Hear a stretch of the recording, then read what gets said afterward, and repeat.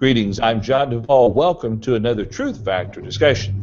Time that we attempt to factor the truth of God's Word into our daily lives and hopefully your life as well. We've just spent some time talking about the differences between approaches and studies like this. And I enjoy the book study like we do. It can seem tedious at times, but the seven of us getting together, it helps us to flex our understanding of the Word of God, maybe be corrected at times or fine-tune at times. But in the end, factoring what we study within our daily lives. And we want to make sure that it's beneficial for you as well. And so sorry about taking up your time with that discussion, but some of the things that we needed to really talk about, and we had some minor technical issues, so I wasn't able to address it earlier. So we are continuing in our study through 2 Corinthians. We are in chapter 6. And you know, I like this next section beginning in verse 11. To me, there have been some abuses of this section, some misuses, if you would, of what is being taught here. And I don't know what the Pope would think about it, but I doubt our study will even make it within the Pope universe as he's traveling through America today. And that you're probably hoping that's all of the Pope that we're going to talk about today, and it probably is. So, yes. All right. Now, let's start there with verse 11, and let's go ahead and look at verses 11, 12, and 13 and kind of close up this little section here before we begin there with verse 14.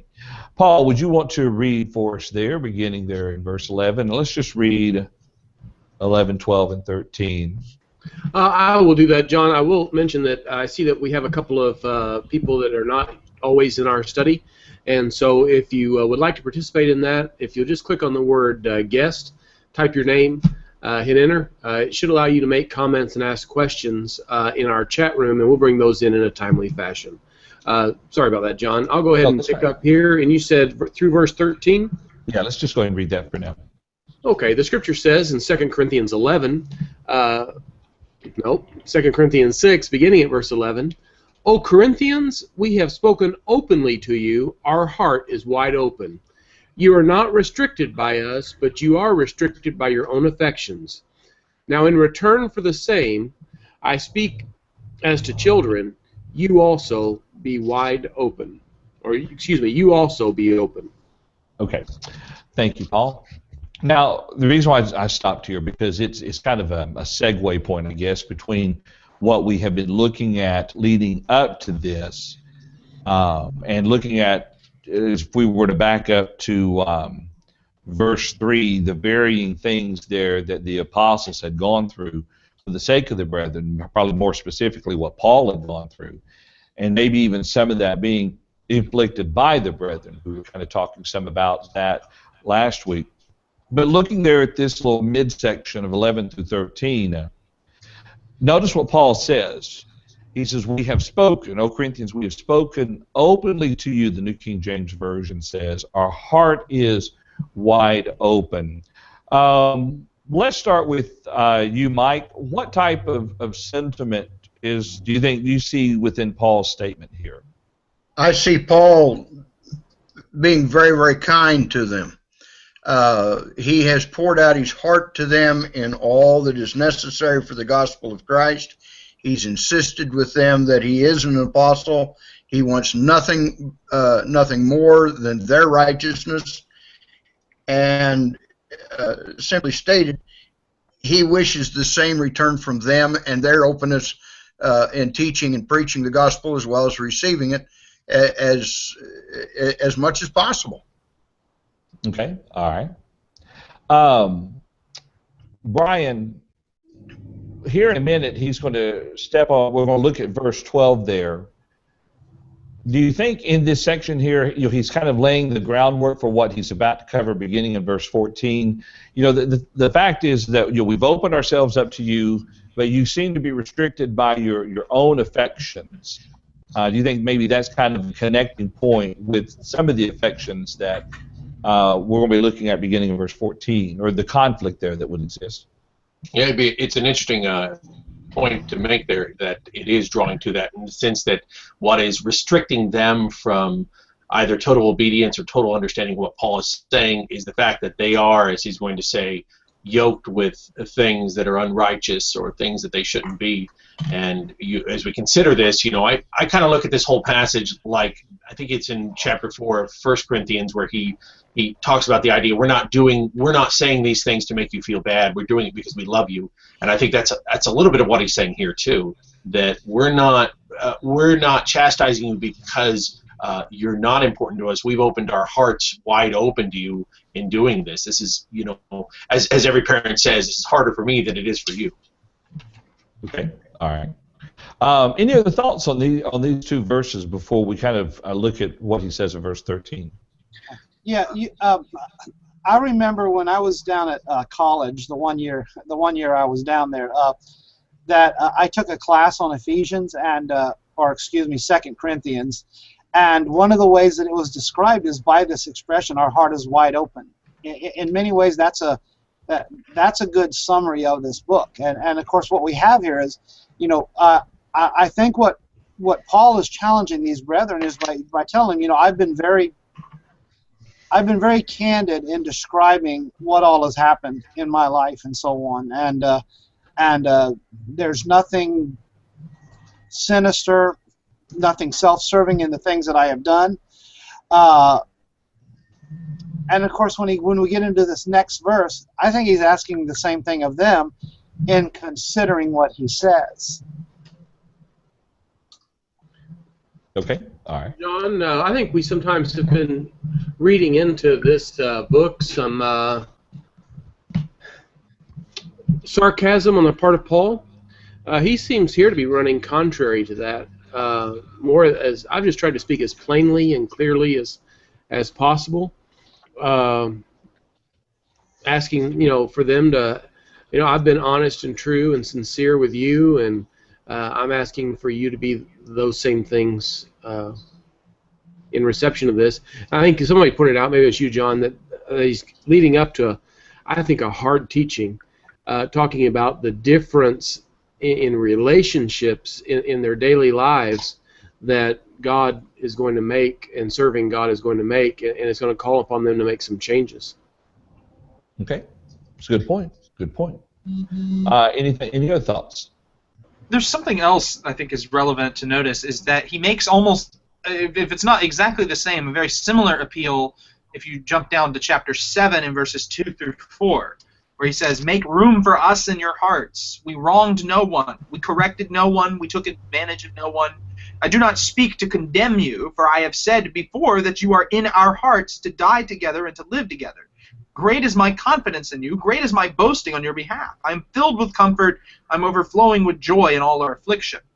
It seems to me that he makes actually these two pleas for affection or for openness to them. And it kind of frames the central segment about holiness. I'll post in the chat room kind of what I think is the general outline of the section, but Okay. You can. Right.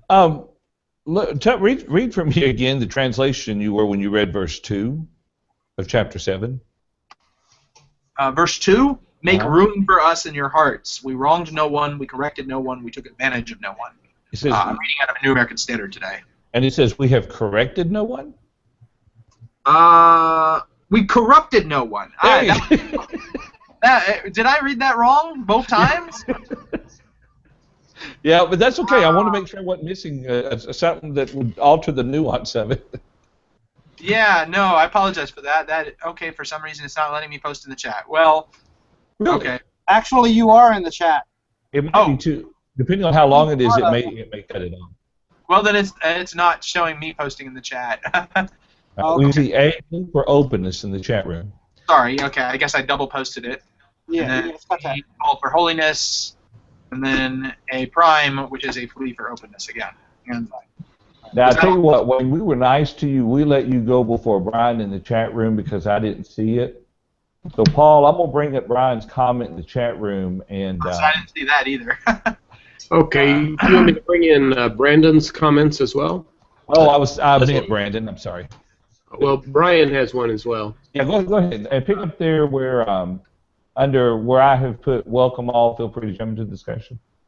Okay, and then after that it says, it goes along with verse 2 of chapter 7, where he tells them to make room for us in your hearts. I think that's what maybe Wayne was referencing. Yes. And Brian says, Brandon, I think you are correct. This statement leads to that commandment.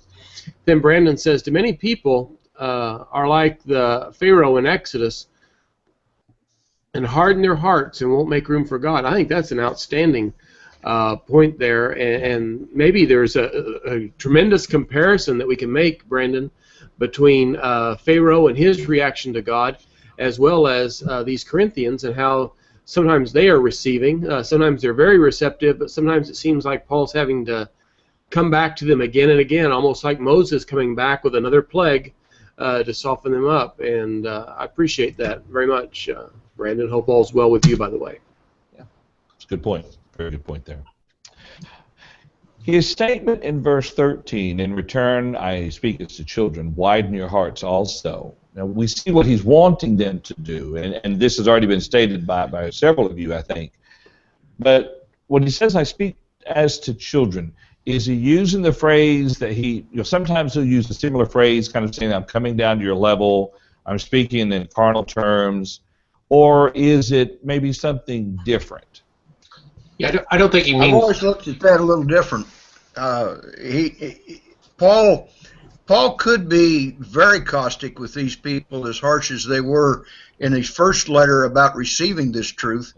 But I don't believe he's condescending to them at all. He's addressing them, I see it, as people that are still young in the faith and needing to grow. He's not coddling them. He's and in fact, in verse 13, I look at him as maybe as maybe teenagers in our lives, that they're too old to spank, and yet they're not too old, but what you can look them in the face and say, hey, this has to change. And so at verse 13, he says, as a recompense, in the same, in other words, in repaying us for the kindness of being open and honest and very forward with you in teaching you the gospel, you need to do the same thing. And then beginning with verse 14, he shows them exactly why. Okay. All right. Brian, is that what you were going to say? Yeah, more or less. Back in the passage I was thinking of before, chapter 4, verse 14, he says, I don't write these things to shame you, but as my beloved children, I warn you. And I think that's the use of children as he goes through here. I don't think it would be appropriate to the context to say I have to talk to you like your babies, right. which the Hebrew writer does, Hebrews 5 and 6. But I think in this case he's more saying, I love you like my own children, and I'm warning you like I would warn my own children. That's good. Good point. Good point. And that would make sense. Any other thoughts on that? All right. Let's go ahead and then move the study into verses 14 through 18 now. And let's see. Tom, would you mind reading that section for us?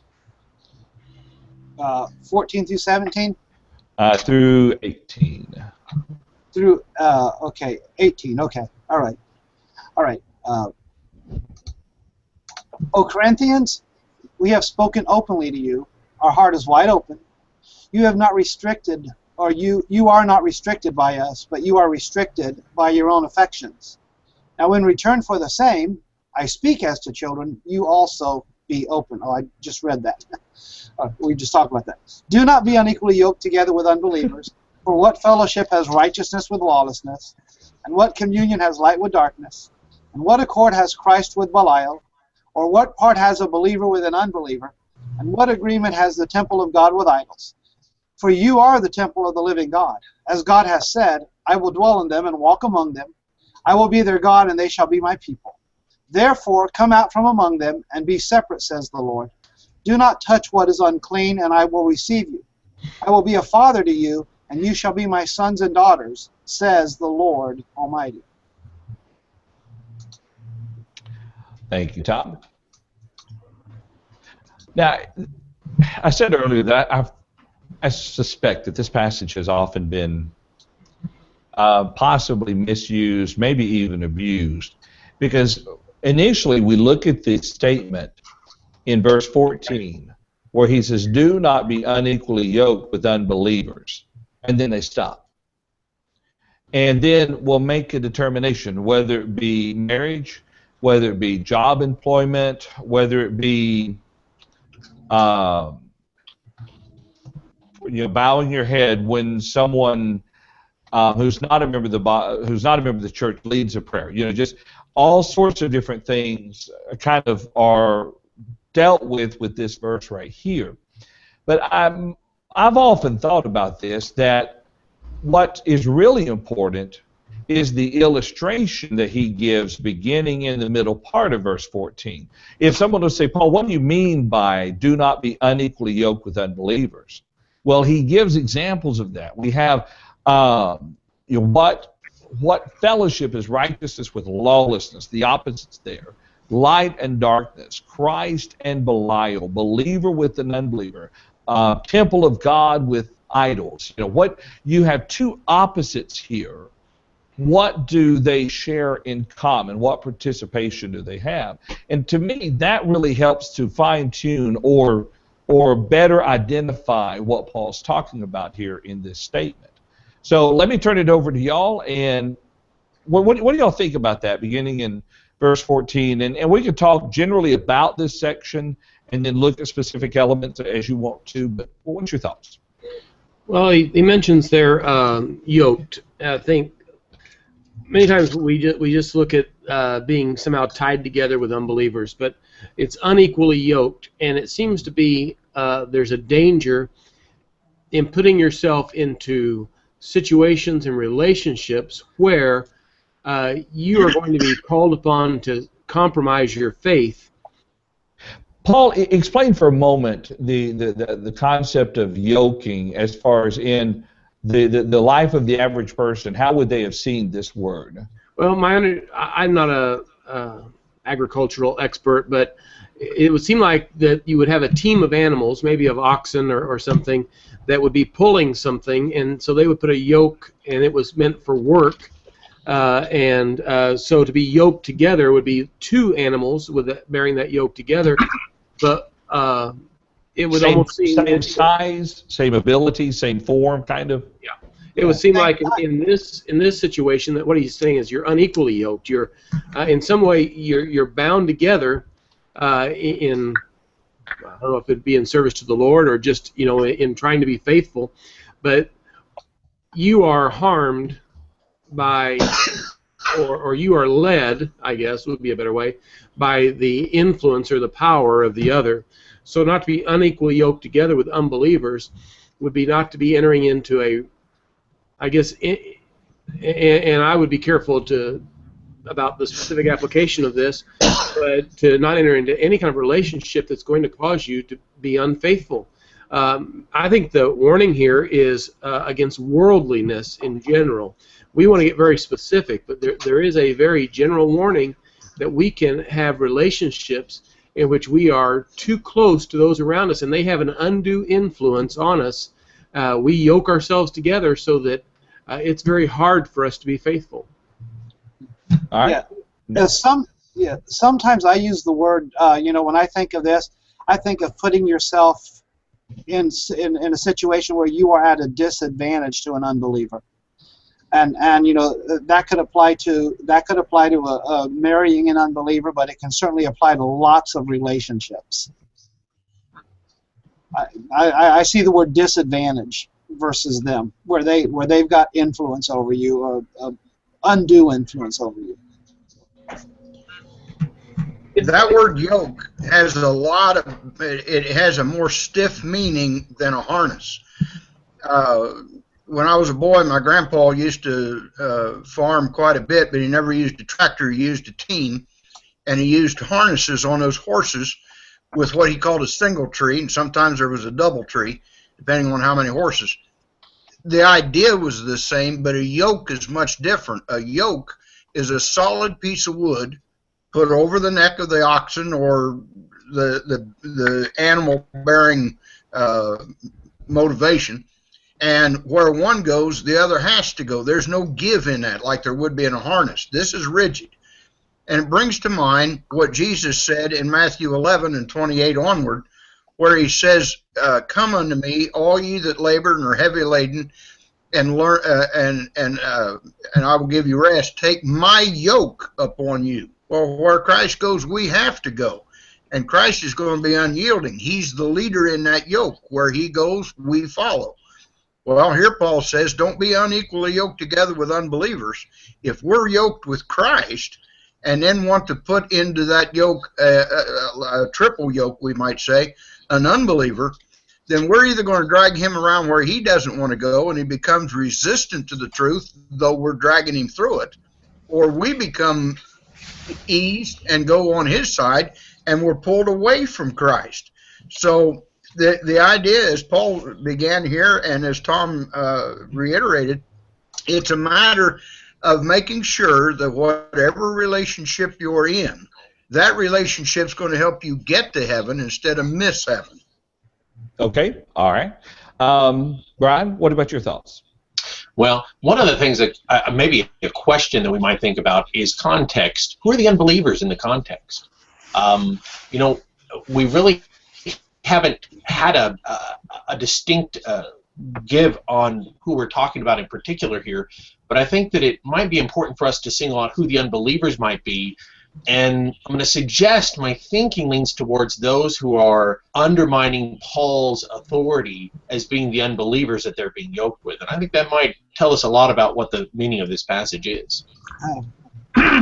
I see Tom, that, and then we'll throw it to Wayne next. Get his thoughts on that. sorry. I see that as a possibility, but as I look at the 5 different descriptions here, I see a lot of tying to idolatry. You know, so why I see that as one of the possibilities of an unbeliever. I also see their influence with their society, and that's just me.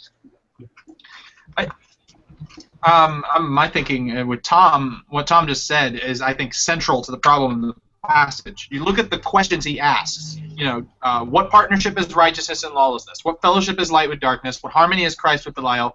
What is a believer in common with an unbeliever? The last question he asks, what agreement has the temple of God with idols? Why bring up idols? Because that's a problem in Corinth. You know, in 1 Corinthians, we have this same business going on. In 1 Corinthians chapter 10, in verses 14 through 22, therefore, my beloved, flee from idolatry. I speak as to wise men, you judge what I say. And he goes on to talk about how you can't go to idol temples and then come and eat at the table of the Lord. You can't have partnership in both tables. You can't be in fellowship with the demons and be in fellowship with Christ at the same time. The language that he uses in 1 Corinthians 10, 14 through 22 is very, very similar in a lot of ways to the kind of language he's using here.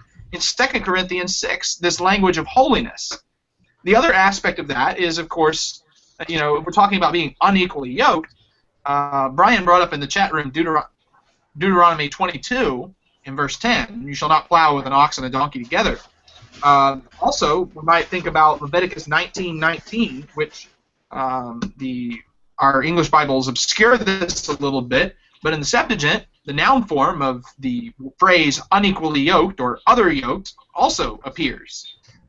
So where it says you are to keep my statutes, you shall not breed together or yoke together 2 kinds of your cattle, you shall not sow your field with 2 kinds of seed, nor wear a garment upon you of 2 kinds of material mixed together. You know, the central tenet in both instances, in both Leviticus and Deuteronomy, is holiness, being set apart from the peoples. You're not part of those idol-worshipping nations anymore. You're part of the people of God. You have one God, and you shall have no other gods before him. And then, of course, you get into these Old Testament passages that Paul quotes all over the place in this same passage here. Gotta go out from their midst and be separate and don't touch what is unclean. These are all calls to depart from the idolatry of the nations. Almost every Old Testament quote that he brings out here has something to do with the problem of idolatry, with maybe one exception. So those are just some thoughts that I had anyway, but I think that the central problem he's getting at is Corinthian idolatry and the tendency to, you know, kind of still want to hang out with their old idols, old buddies at the Zeus temple or wherever it was they were worshiping. Yeah. And that type of an attitude is going to affect one's relationship with Christ and with other followers of Christ. Now I think what Brian said, though, does bring up an interesting observation, and that is, would you call those that rejected the teachings of Paul or the Paul as an apostle, would you call them unbelievers? I think that's an interesting thought within itself, and to what degree are they unbelievers? Let's see. Let's come back to that question for just a second. Eric, do you have any thoughts? We've been kind of avoiding you. I was gone. I'm sorry. I had a phone call. I have wondered about, and you guys, I came in and you were already discussing this. So you might have touched on this point already, but I have often thought that the key to this statement is the word unequally, but I might be mistaken in that. But did you guys talk about that phrase, that word unequally? It's a single term, heterozygeo, literally means other yoked. Unequally is a bit interpretive. Okay. So your suggestion, Wayne, when it says other yoked, is more yoked with something you shouldn't be yoked with. Yeah. Okay. Oh yeah, I mean, it's like, you get an ox and a donkey together. Yeah. I mean, I guess it's unequal, but Brian gets it right in the chat when he points to Deuteronomy 22 verse 10 though. Having two different animals, they're different. It's the same thing. You don't mix material made out of cotton and wool. Right. It was a holiness principle in the Old Testament law. New American Standard says, "Do not be bound together with unbelievers." So that's even more of a general statement, if anything. The English Standard also says unequally, but I actually think that the New American Standard is a more powerful, if that's more accurate, is a more powerful statement there. Not to be bound together at all, not just unequally, but not at all. Yeah, and he goes on to say the other words that he uses: partnership in the ESV, fellowship, and accord. I guess if we're going to factor this into practical terms, we have, okay, I have a, let's say I have a lawn mowing business with a guy who's not a Christian. We have a fellowship, we have an accord, we have a partnership. We could think of 100 different ways that we are yoked in some sense with unbelievers. So we need to, I guess, that's the struggle, like with interpret. Of course, some have said that it has to do with even, it would prohibit a Christian from marrying a non-Christian. Of course, that's perhaps the strongest yoke of all, but he doesn't seem to be addressing marriage in this context. But what kind of yoke do you guys think he is talking? What would be an example of a yoke that would be that, if what you're saying is that it's not, I always thought it would be, don't be unequally yoked, and then the interpretation would be, don't be in a relationship that pulls you away because they're stronger than you are. But if we're saying no, it's really just don't be yoked with an unbeliever, then what kind of partnership, fellowship, accord is he talking about? Is it? Well, and of course, I think, Wayne, you're saying don't participate at all, not even a little bit, in idol worship, and that might be the interpretation. Let's come back to this question here, what you were asking, Eric, because I want to add to your question here real quick, and then we'll take some more comments on it. Randy in the chat room though has a comment. I want to bring that in real quick. Paul, if you would. I will read Randy, and also we can go and pick up Brian's comment because he's double dipping there. Are there not idols today? And I asked this question in a private chat a moment ago. The truth factor, the modern day idolatry. Paul in one place calls it covetousness, but in any case, he says, are there not idols today? Sports, things on TV, looking to the weekends. And Brian further says, I think of Ephesians 5:5, for this you know with certainty that no immoral or impure person or covetous man, there it is, who is an idolater, when I think of modern day idolatry. And so that would seem like a good application of that. Certainly, pardon me, I wouldn't want us to be so limited in our view of this that in saying, oh, well, this is exactly what he's saying, that he's just warning us today not to go to Baal, although there are idols today, there are religions that point to other gods that we have to abstain from. But there are some principles here about how we live daily that we need to apply. that things that would pull us away from God, would cause us to be unfaithful, would cause us to look to other things as the focus of our lives rather than God. All right, I don't want to disagree with you, Paul, but I'm really going to have to. Okay.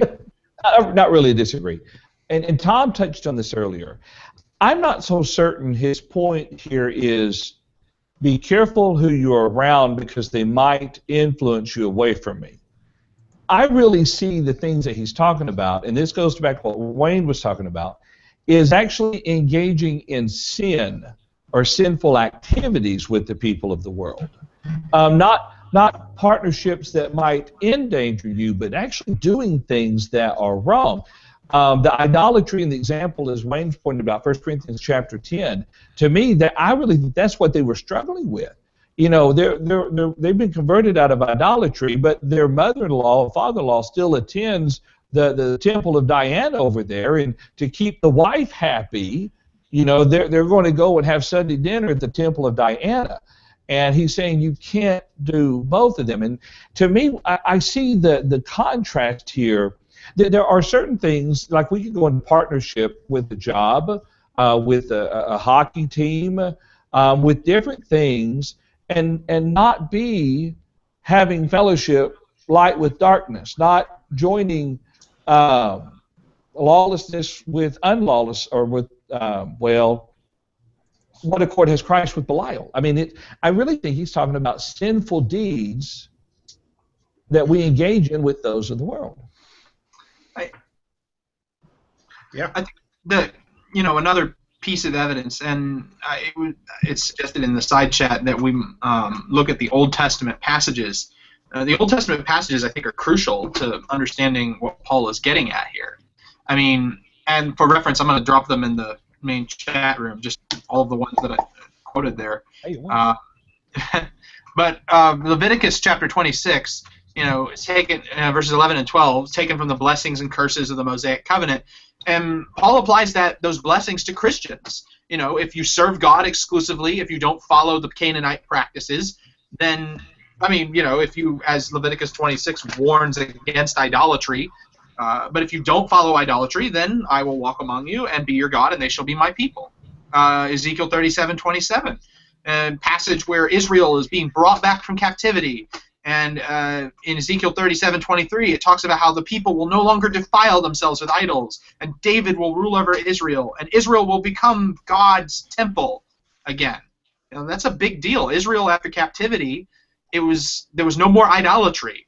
There was, at least not in the sense that they were practicing it beforehand, because the Lord was impressing upon them the fact that you're no longer to participate in that. Isaiah 52. Where it talks about, again, Israel's return from captivity. They will not flee from Babylon. They will march out as a victorious army with Yahweh guarding them. And they're told to touch nothing unclean. That's part of their demand for holiness.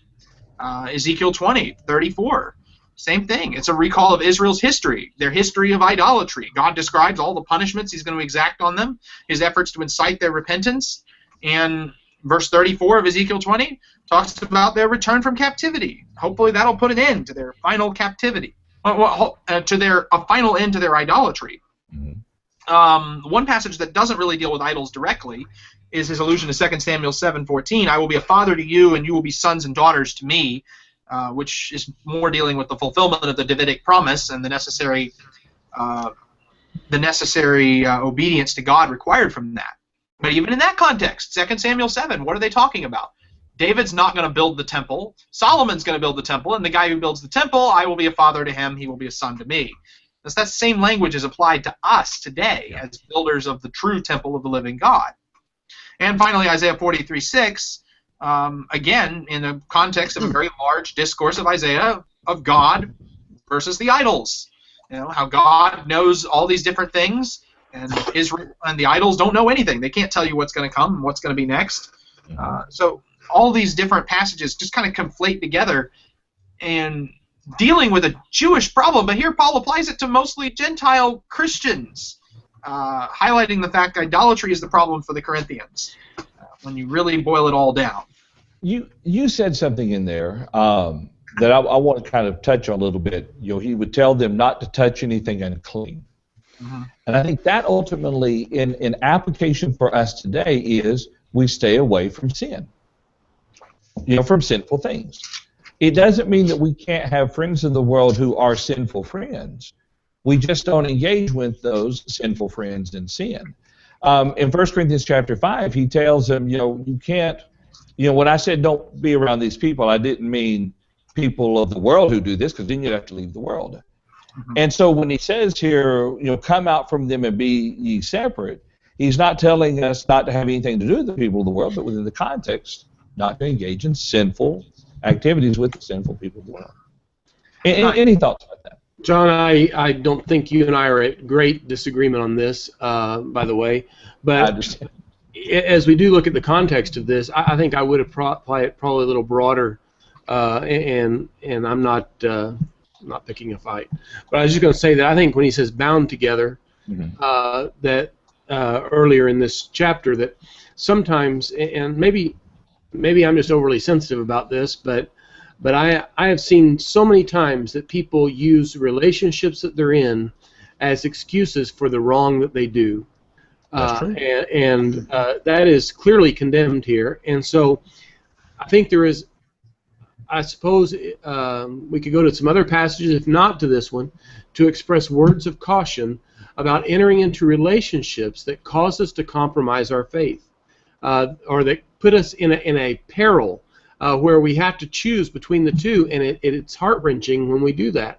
And so that's all I was pointing out. In the Old Testament, how when those nations that didn't recognize God, those nations that worshipped idols, they were to utterly destroy them. Now, in a spiritual application of that, to make sure that we stay clear of that. Now, do I have friends and interactions, associates, people that I do business with, all kinds of things like that, who are sinful people, undoubtedly. And so I understand that. But then I have to judge in those relationships, is this going to really be a struggle for my faith to have them that close to me and for them to lead me in the wrong way? And there is a matter of judgment there, I think. Well, let's take, for example, God's command regarding marriage to Israel.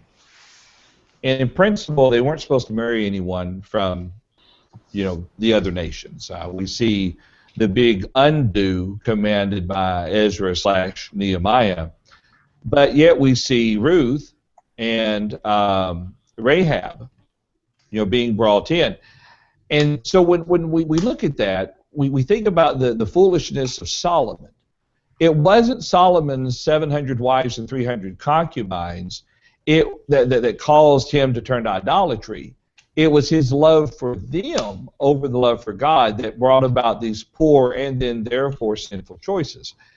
I've often heard this passage used in reference to marrying to marrying non-Christians. Sometimes marrying Christians can be somewhat hazardous too. But marrying non-Christians, and I've known folks to be very adamant. If you marry someone who's not a Christian, you are sinful. The problem with that is, to me, if you convert a couple, and one obeys the gospel and one doesn't, but then you go in 1 Corinthians 11, I guess they would try to or 1 Corinthians 7. But my point is, though, not every relationship is sinful, but there are relationships that may be unwise, because they can lead to sinful situations. I mean, I could give you an example right now of a lady who married a Christian, or married someone who is not a Christian, and he's now serving as an elder in a church today. He obeyed the gospel. But I could then show you an example of two Christians got married, and the husband fell away and ended up cheating on her, and she divorced him. There are so many scenarios there that you could bring in that it's hard to say this passage rules out marrying someone who's not a Christian. Okay, I'm done rambling. Next. And sorry. And that is always the interesting topic here. Like I said, and I think that you described it well, because I also know of example of Christians who have married unbelievers, and the unbelievers have drawn them away so that they are no longer faithful either. Yeah. And so we see all the circumstances. I think you bring up a great example there. If we're going to say in this, and I think I don't know if we're all in agreement on this, but I do not believe this text teaches that it is an absolute sin for a Christian to marry somebody that is not a Christian. And like you said, I believe it is an unwise thing. Period. What's that? We would have to say, if it was about marriage, that it's a sin to marry an unbeliever. That would have to be our conclusion here. And of course, 1 Corinthians 7 makes it clear that being married to an unbeliever is not a sin. Right. So we have to conclude that can't be what this passage is. I was going to say, Tom had made the comment there a second ago about the knowledge of people that have married. And I was going to say, Tom, from experience, what would you say is more common, that the unbeliever is converted or the unbeliever drags the believer away? More common is the unbeliever weakens or drives the believer away. And that's my experience. It's the possibility that you would have had a strong Christian who they may remain, somewhat a Christian, but they're not the strong Christian that they ought to be. But more often than not, I would say the unbeliever draws the Christian or damages the Christian more than the Christian strengthening the unbeliever. But now John brought up an interesting point. If somebody were to make the argument that it is a sin for a believer to marry an unbeliever, that means that God does not recognize that relationship. And so if the believer converts the unbeliever, do they have to get married again? I guess the question that we've got to deal with in all of this is something a sin just because there's a book, chapter, and verse, and only if there's a book, chapter, and verse that deals with it, or are there things that are sins because they are, unwise, too? And I think in the case, I agree with Tom. I don't think you can extend the principle of 2 Corinthians 6 to apply to the marriage of unbelievers. And the difficulty I have is that because what it says about come out from their midst and be separate would imply that if you're married to an unbeliever, you need to get a divorce, which flies flat in contradiction to something Paul said in his previous letter, where he said in 1 Corinthians 7:12, to the rest I say, not the Lord, that if any brother has a wife who is an unbeliever, she consents to live with him, you must not divorce her, etc., etc., etc. Now, you can make a case against believers marrying unbelievers solely on grounds of wisdom, I think.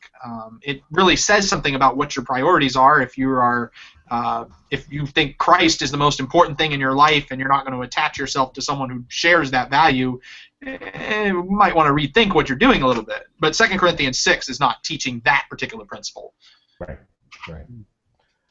And I think that's the point of our understanding. We're not doing a topical study. We're doing a textual study. But within that textual study, we see truth regarding topics. Does it apply? Does it not apply? I think it's a good point. Mike, are you wanting to jump in there? Yeah, if I may, John. Sorry. Look again at verses 17 and 18, if I may. Yeah. I see something here that we just don't want to forget. Everybody's been correct in their discussion down through here. But at verse 17, notice he says, come out from among them, be ye separate, saith the Lord. Touch not the unclean thing, and I will receive you. But at verse 18, I will be a father unto you, and ye shall be my sons and daughters. When you refer back to verse 13, did he not say, I speak unto you as children? And now he's saying, look, I think of myself and when my boys were younger. They're both grown men now, and they've given me grandchildren, which is, if I'd have known grandchildren, I'd have skipped the boy part. But at any rate, I see this as a father beseeching his children when he sees children headed for danger. I can remember so well my own dad. If I was headed someplace that to a group that Dad didn't approve of or a situation that was dangerous, I can so clearly hear Dad, though he's been going 15 years, Mike, get over here. And here's Paul saying, God saying to us, get over here. You don't need that sin. Get away from that idolatry. Get away from that darkness. And yet God himself knows we have choice. Sometimes we choose the wrong, which is really stupid to do when God's right there to tell us the right. But here it is. And Paul, in this discourse, is telling these people, look, there's nothing of righteousness in these things of unrighteousness. Wayne's correct. It's mostly within the idolatrous things here. You've got to get away from the Greek idols. You've got to stay away from that. And in order for God to be the Father and you to be God's children, get away from that. Make yourself separate to it. Run to your Father because He pleads for you. I am your Father. You're my sons. You're my daughters. I love you. I don't want you going away from me. That's a good point. That's a good point, Mike. All right, go ahead, Eric. Okay, I'll somewhat be the odd man out here, I think, and that's okay. And I'm sort of tossing this out for consideration because I'm not going to be dogmatic about it. But some things that are clear to me is that, first of all, he doesn't say don't have any participation with the unfruitful works of darkness. We know that's a principle that applies to Christians. But Right. actually he says don't be yoked with unbelievers. So he may be, and you may be right, John, that he is saying in their sinfulness, that he's referring to joining them in some sinful practice. But the actual thing he's talking about is a relationship with other people. So now what we have to decide is what kind of relationship, and what you're suggesting is the relationship is a sinful. Don't join them in something that is sinful. And I think we would all agree it has to at least mean that. Yeah. Does it mean Practice. something? You said relationship, and I'm saying practice. Would that make sense? Yeah, you're saying practice. I'm saying it sounds to me like when we talk about partnership and fellowship that it's describing some kind of relationship. And he's saying he's warning against that.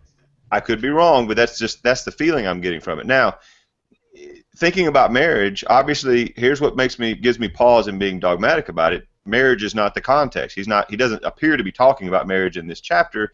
So, but if this applies to a relationship, it's hard for me to see how it doesn't apply to marriage. If you're talking about two people being yoked together, or being bound, as the word apparently the New American Standard uses, the most striking relationship that comes to mind is marriage. Now, you guys brought up 1 Corinthians 7. But 1 Corinthians 7 to me seems to be answering a question that the Corinthians had. Hey, I'm a Christian, my wife is not. What do I need to do? And he says, you stay with her. If she's willing to stay with you, you don't leave her. That seems to me to describe, here's somebody who hears the gospel and they become a Christian, but their wife or their husband is not a Christian. What's that person to do? Are they supposed to leave them? And he says, no, you stay together. But he's not necessarily addressing here's a Christian person who's looking for someone to marry.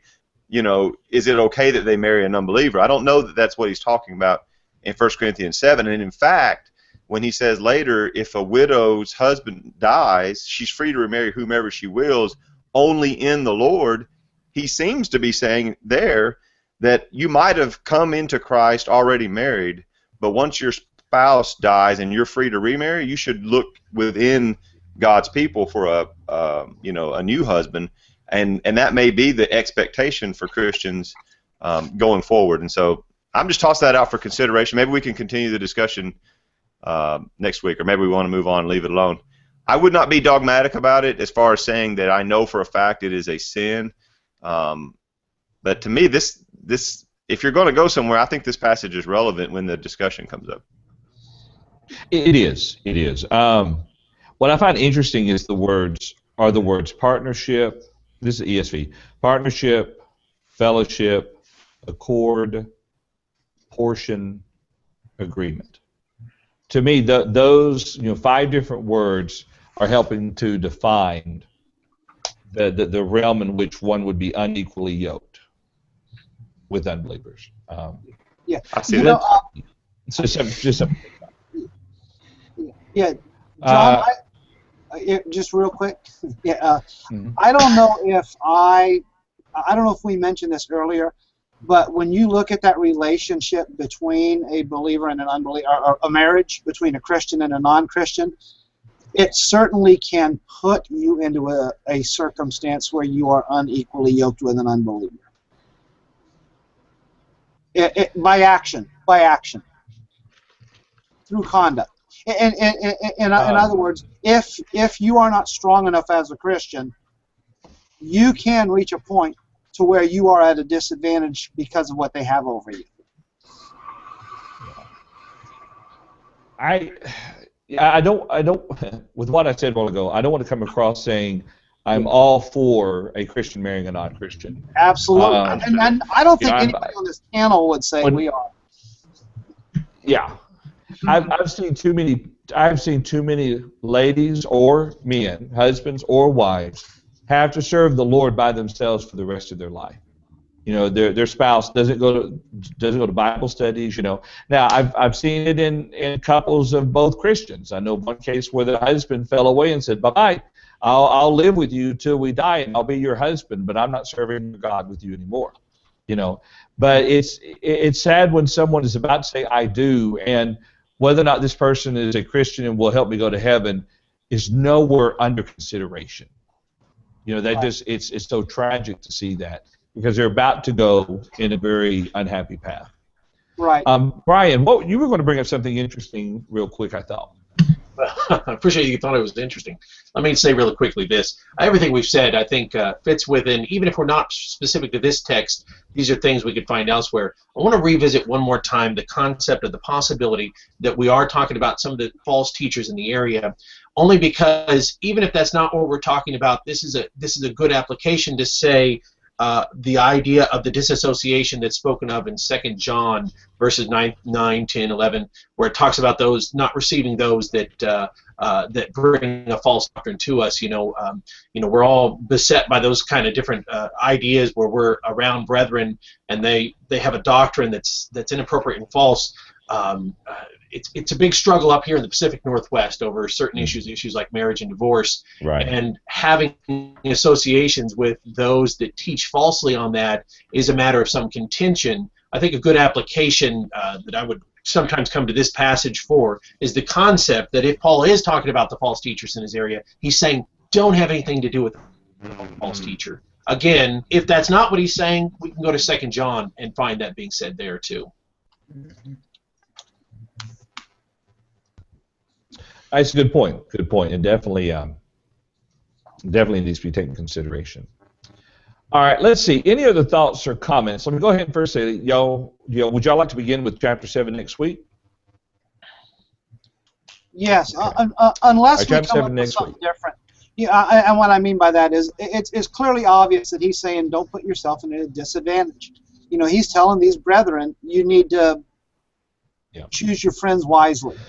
I would say that while I think the seven of us are in great unity on this, there's some nuances that we're a little bit share some differences on, but I think everyone's had their say. After I said what I said, I've tried to, as hard as it is for me, I've tried to keep my mouth shut, and so I see no reason why we couldn't move on to chapter 7. That's my opinion.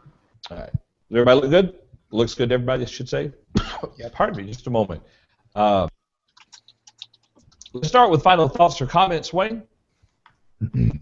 Oh, well, I guess the ultimate thing we see from this passage overall is that the need for Paul's relationship with the Corinthians to improve, and the thing that's driving a wedge between him and them is, their lack of holiness. And so they needed to repent and turn to the Lord. Instead of being joined together with false ones, they need to be open to Paul. That's a good point. Good point. How about you, Paul? I just appreciate everybody engaging in the study in such a good way, and as brothers, we can sometimes disagree on some finer points and have a love and appreciation for one another, which I share for all of you. Okay, Tom. Enjoy the study. We've covered what it says, so in my mind. So thank you. Look forward to continuing our study next week in chapter 7. All right, Mike. Thank you again for letting me be a part of the study. As the rest, this ground's been plowed 2 or 3 times, and it was done well, peacefully and in unison and in harmony, I believe. And by the way, John, good luck in the gospel meeting coming up with Rob Lundstrom. I really wish I could get down there. Appreciate it, Mike. We're looking forward to it with him. Yeah. Eric? And we haven't had any broken yolks? Broken yolks. No. Make an omelet. Yes, that's right. Yeah, that's right. So I've enjoyed the discussion as well. Thanks for the feedback and always good things to think about. Okay, and Mike or Brian.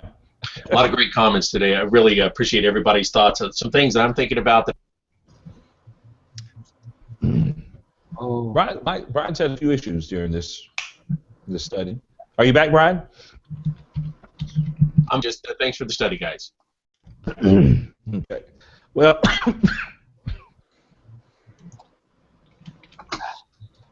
see if I can get through this last part. I choked John up.